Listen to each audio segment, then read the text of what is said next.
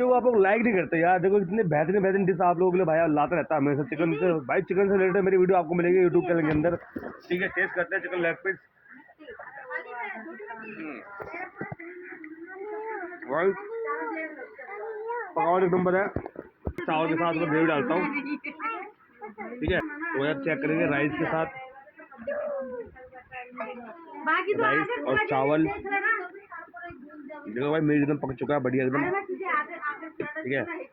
अब बनाएंगे एक बाइट।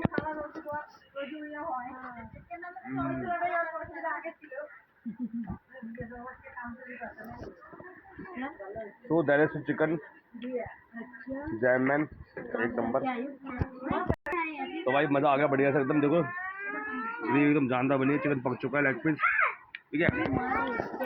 मजा आ रहा है ग्रेवी के साथ। वीडियो को लाइक करो, चैनल को सब्सक्राइब करो, भाई को सब लोग का बराबर। भाई मजा आ रहा है खाने में, जबरदस्त।